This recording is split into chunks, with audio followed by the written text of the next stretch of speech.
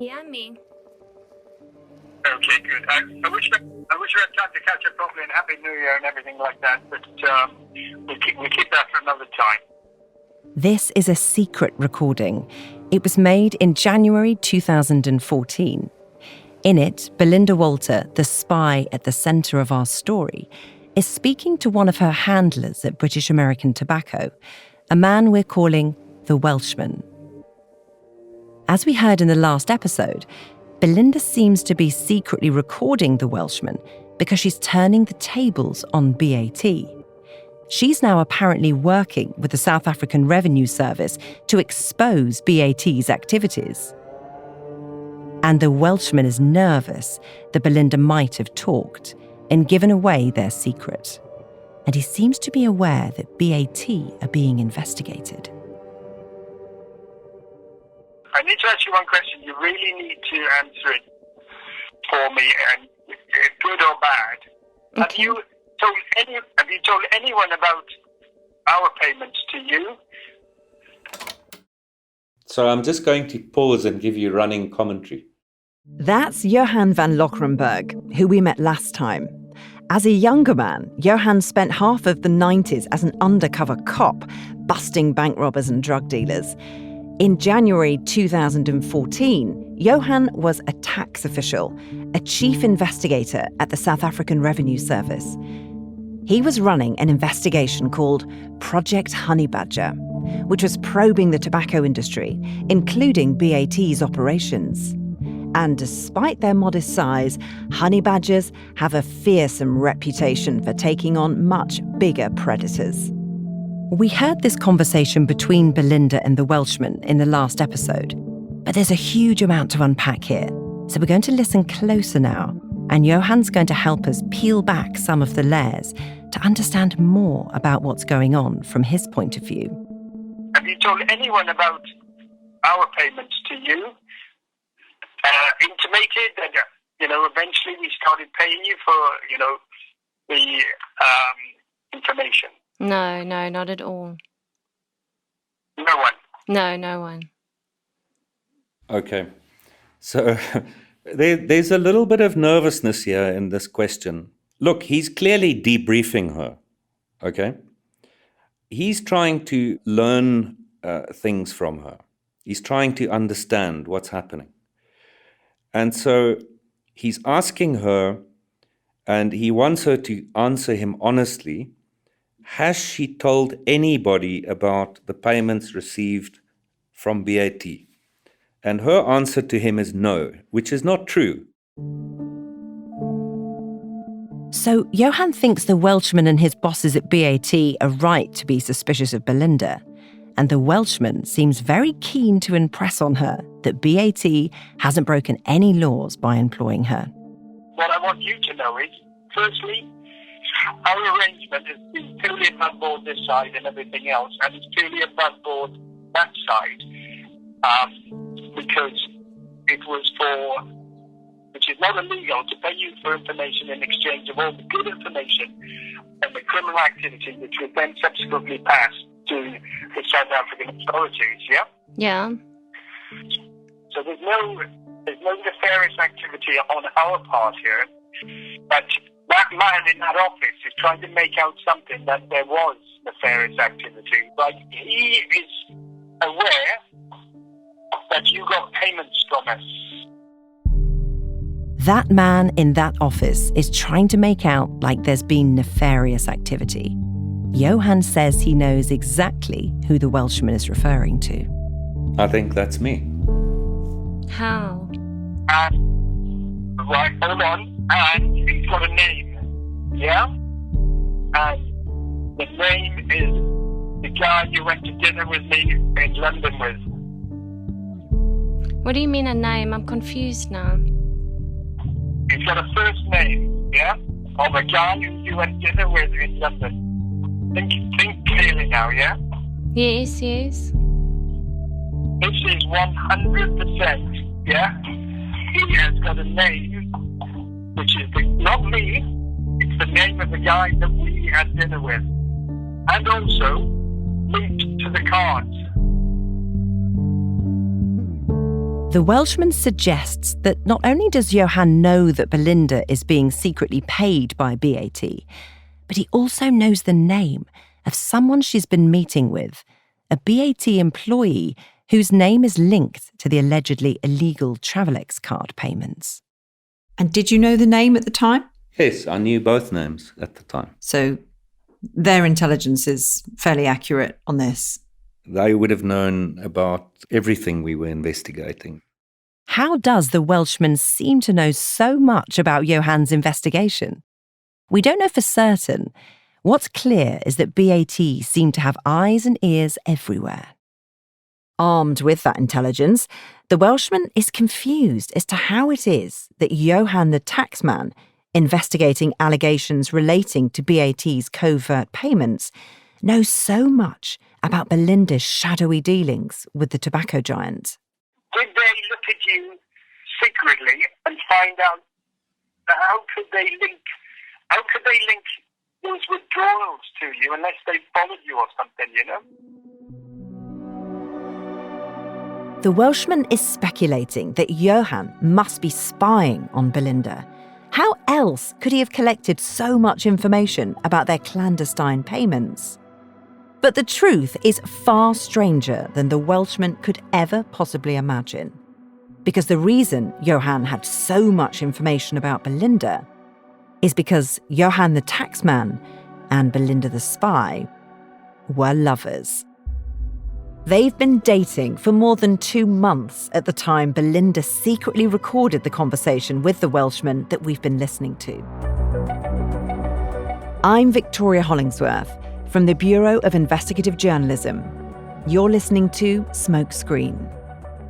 This is the story of how British American Tobacco, one of the world's largest companies, came to be involved in widespread espionage, enlisting a network of spies and informants who helped them infiltrate their rivals. BAT say that in fact they were trying to combat tobacco smuggling and tax avoidance in South Africa.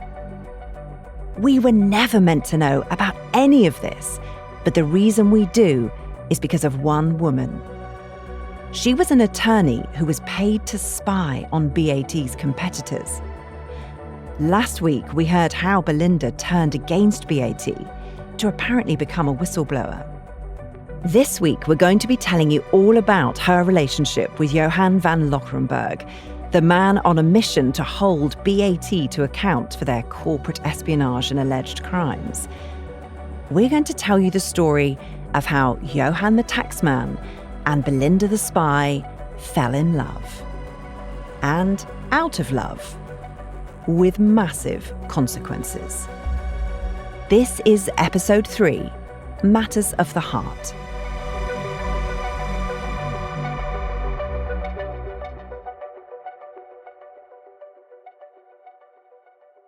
You know, I'm not the Johan I was then. The Johan then only worked, and it defined me. And along came this lady, and we clicked. How I came to meet her was pure chance. It's September 2013, and Johan van Lokkerenberg is sitting in his office at the South African Revenue Service. He's about to have a meeting. Johan has lots of meetings. Now, this may not seem like a very exciting way to start a story, but stick with me. My work life was starting to consume me. Johan has a pile of work on his plate. It's his job to make sure that all the players in the tobacco industry are paying their full taxes and that there's no funny business going on. And in that spirit, he's invited Belinda Walter, the attorney who ostensibly represents the smaller tobacco manufacturers, to a meeting. Their first meeting. What I saw, first of all, was an ordinary attorney who happened to be a part-time chairperson of a small grouping of tobacco manufacturers, who was a bit younger than me. She was clearly very bright. She was attractive. She was focused, and she had an aura of vulnerability. And it goes pretty much as you'd expect for a meeting between a tax official and a lawyer. A few weeks later, Belinda starts texting Johan about work, at first. It became friendly. She then asked me where I was, what I was doing. It isn't long before the tone of their conversation becomes more informal. It became flirty, if I can use that term, but not in a seedy sense. It just, it became friendly. And it culminated in her offering to buy me a drink. And so, on the 25th of October 2013, Johan and Belinda go on a date. Their first date. Now, it's fair to say that Johan's not a natural dater. For starters, as he would be the first to admit, he doesn't have much of a sense of humour. One of the first questions I asked her was, before we make this serious, are you tax compliant? And she said to me, no. And I said, well, we can't date if you're not tax compliant. I will just say, Johan, saying to a girl, if you want to get serious, you got to be tax compliant. It's one of the most unusual chat-up lines I've heard. It wasn't a chat-up line, Victoria. It was a serious requirement. Are you tax compliant? I'm so sorry. I couldn't help it. See what I mean? Belinda has her own recollections of that evening. In her version of events, the relationship started a lot more passionately. This is how she described her first date with Johan in a formal complaint she would later make against him. She refers to him by his initials, JVL. Her words are read by an actor. On the evening of 25 October 2013, JVL told me that he had fallen in love with me immediately upon meeting me and that I should just accept that our destiny lay together. A sexual and intimate relationship commenced that same evening. Both Belinda and Johan agree that a second date quickly followed. A visit to a cheese factory for lunch, followed by a long walk. And it's here that, Johan says, Belinda told him something extraordinary. She revealed to him that she'd been an informant for the South African State Security Agency, the equivalent of the UK's MI5. So what I then hear is, look, I'm one of you. Okay, I'm not just the lawyer. I'm actually also one of you who are trying to catch the bad people. If it becomes publicly known, I am going to be in serious trouble. At that time, in October 2013, Johan had only a tiny piece of the puzzle. As far as he understood it, Belinda was spying for the government. He had no idea that she was also working for BAT or receiving her wages, somewhat unusually, via Travelex cards. At that point, there was no mention of, this alternative payment system with British American Tobacco or handlers in London offices who she was giving secret information to on their commercial competitors for a fee or anything. I knew nothing of that. Johan says that Belinda told him that she just couldn't take the pressure and wanted to get out of the spying game for good. I've been under so much stress and trauma living this life. I want out. I'm going to get out. That's why I'm telling you this.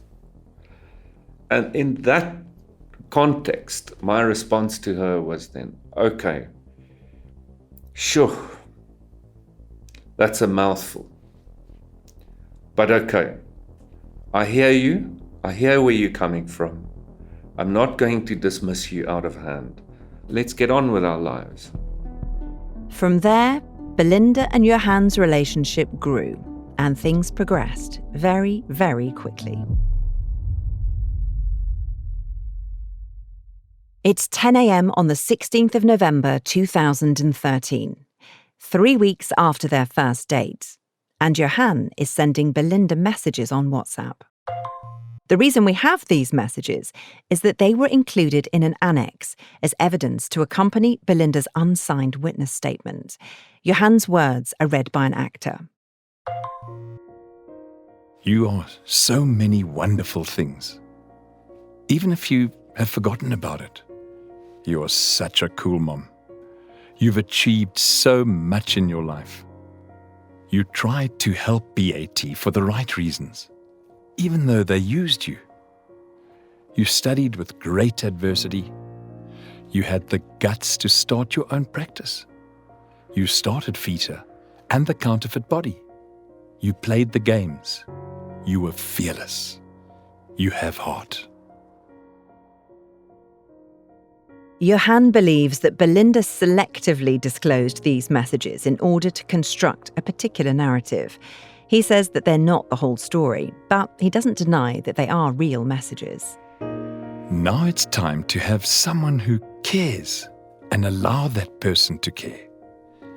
Give me the space to bring you back. You're a beautiful woman. You're so smart. You have such a good heart. You have empathy. You're a thinker. You're so sexy. You're so much of everything that is good. You deal with complexity effortlessly. Start believing in yourself again. You have your whole life ahead of you. I do. Give me a chance. I've got to admit, it feels a bit invasive to be sharing these messages, but they're important for reasons that will become clear. Firstly, the messages show just how hard Johan had fallen for Belinda. That's something I've never denied. It certainly did not develop slowly. I think personally I might have been a little bit vulnerable in a sense that I was lonely. And so the attention or the interest that she signaled certainly was attractive to me at a level. It must have been. Otherwise, I would not have responded in the way in which I did. More than that, these messages show just how early in their relationship Johan knew that Belinda was working for BAT. These messages were sent less than a month after their first date. And the reason that detail is so important is because Johan was actively investigating BAT as part of Project Honeybadger at the very same time he and Belinda were dating. And very early on in their relationship, Johan began to share sensitive information with Belinda about his confidential investigation, despite the fact that he knew Belinda was a paid BAT informant. I'm going to tell you exactly what Johan told Belinda in just a moment. But first, we need to give him the opportunity to explain, in his own words, why he did what he did. So, I get it. You had a very intense relationship. Within a few weeks, you must have felt you had this level of trust. But still, somebody in your position in the investigation that you were doing, sharing information on that level with somebody who you knew was part of what you were investigating, that doesn't sort of look good on paper, doesn't sound good to me. I accept that. I accept it doesn't look good. She did tell me that she had this relationship with BAT.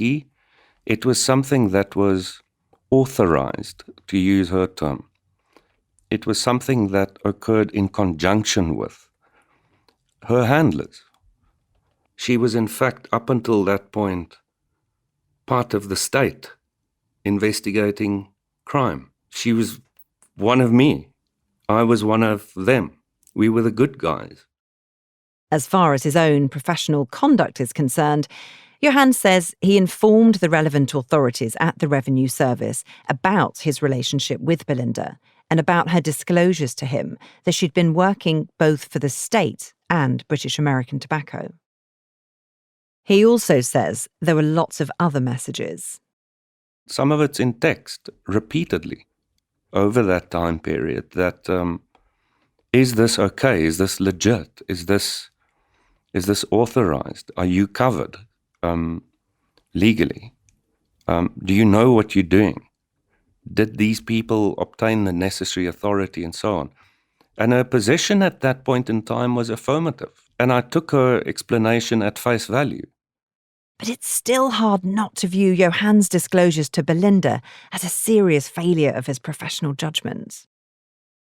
I don't understand why you trusted her when And she gives you such astonishing news that she is effectively on the other side, on the side that you're investigating, why you didn't immediately say, okay, I can't do this relationship with you and I need to recuse myself from this, my position investigating this. You know, we can't carry on like this. No, I understand that. I mean, I don't understand it either. I can only ascribe it to the fact that she immediately took me into her confidence and disclosed things to me that made me believe in her, that made me trust her. No, even today, as I sit and I think back to that time period, I believe she was genuine. I believed it at the time, and I still do. I don't think it was a ruse. I don't think she or anybody else directed her to disclose to me all of these things. I think it's easy to, after the fact, analyze and dissect and, would be, could be, should have, would have, must have, should not have. But the fact of the matter is that she trusted me sufficiently to share certain things with me that would have put her in harm's way. And it immediately dropped my guard, and the nature of our interactions were never intended to become public in any event. These were private conversations. You're going to have to judge for yourself Johan's choices in making these disclosures to Belinda. But ultimately, it's incredibly useful for us that he did. Johan's under a lot of legal restrictions as to how much he can share with us about Project Honey Badger. It was, after all, a confidential investigation. Which is why what he disclosed to Belinda in the messages you're about to hear is such valuable information. These are messages that were never meant to be seen. It's a window into the world of Project Honey Badger, the top secret investigation. That's coming up after the break.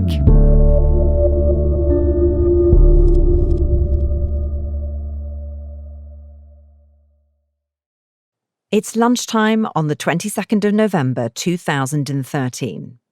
Nearly 1 month to the day since Johan's first date with Belinda.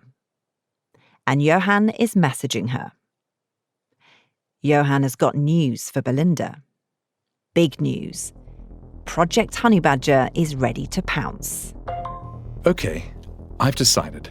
We are going for BAT. But I'm not using you. I just need those copies. I'm speaking to HMRC now to start investigation on that end. Keep very quiet about this, okay?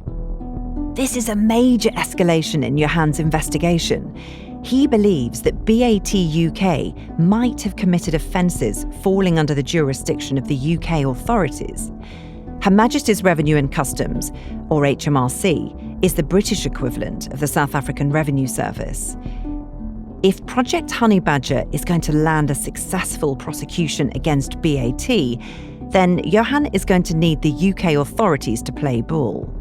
He needs to show them that he has compelling evidence that offences have been committed. And Belinda seems to be right by Johan's side, ready and willing to help. In all of this, we should not forget BAT's strenuous denial of any wrongdoing. Okay, but I'm in. If you want me to record them in London, etc., it's very easy. They want to increase payments. No games. You must start to learn to hold yourself back now when things happen. No more games. Back to normality for you. You withdraw from them now. Don't underestimate what is unfolding here. Fight that little urge inside of you a little bit. They want to suck you in more. Please listen to me. It's a matter of time before all of this is going to come out in public.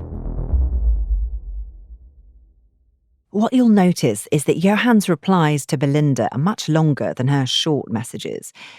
It feels like he's really confiding in her. And he seems worried that the way his investigation into BAT is proceeding could provoke a reaction. Okay, will do. We'll send you a copy of text.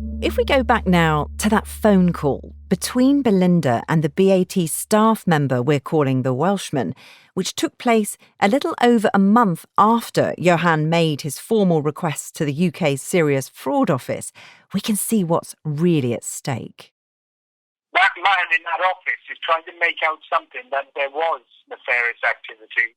He is playing silly games because he's telling the UK side, who are looking at us now, that the amount reached terrorism limits, yes? The fact that the UK authorities are now getting involved may well help to explain why the Welshman is so keen to impress on Belinda that everything they've done has been entirely legal and above board. And this is just to reassure you, everything outside, as long as you said all along, that you would declare for tax purposes, then you are legal and we are legal this side. Yes. He says that he has no problem with her declaring the payments to the Revenue Service in South Africa, although he appears a little more uncomfortable with her discussing how she was paid. Yeah, because I was going to declare an amount. I wasn't going to declare how. I didn't know I have to declare how. I don't think you have to declare how because it's not illegal.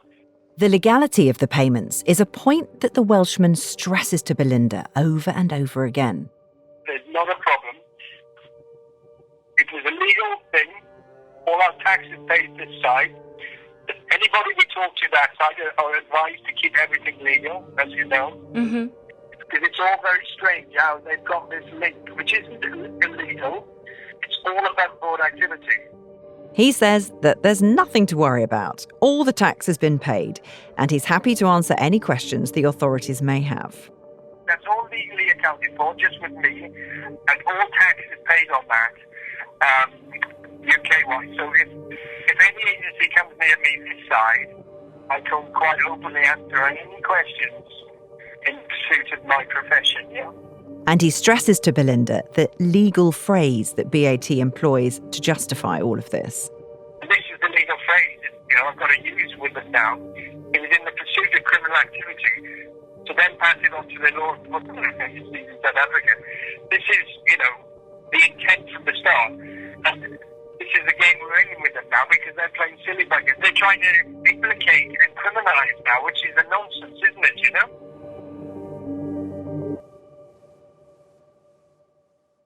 A couple of months after her panicked call from the Welshman, in March 2014, Johan texts Belinda with another major development. I had UK guys in my office all morning until now. My UK friends. Belinda means BAT UK, but it's not them Johan's been speaking to. No, government. Okay. Are they going to F up BAT? Yes. Back then, it looked as if HMRC and the Serious Fraud Office were going to investigate BAT. Johan clearly thought the tobacco giant had a serious problem. Project Honeybadger looked on the verge of hitting a major target. So at this point in time, Johan looked to be ready to land the biggest case of his career, taking on the global behemoth BAT. And he had the love of his life, Belinda Walter, by his side. I hope it's not too much of a spoiler to tell you all of this is going to go horribly, horribly wrong. That's coming up next time on Smokescreen. Smokescreen is a podcast from the Bureau of Investigative Journalism for Auddy, produced by Novel. It was produced and written by Tom Wright. It was researched and investigated by me, Victoria Hollingsworth, Matthew Chapman, and Malcolm Rees. Our executive producers were Max O'Brien, Myrian Jones, Rachel Oldroyd, David Medell, Owen Bennett-Jones, and James Ball. Our fact-checkers were Alice Milliken and Frankie Goodway. It was mixed and edited by Alex Portfelix.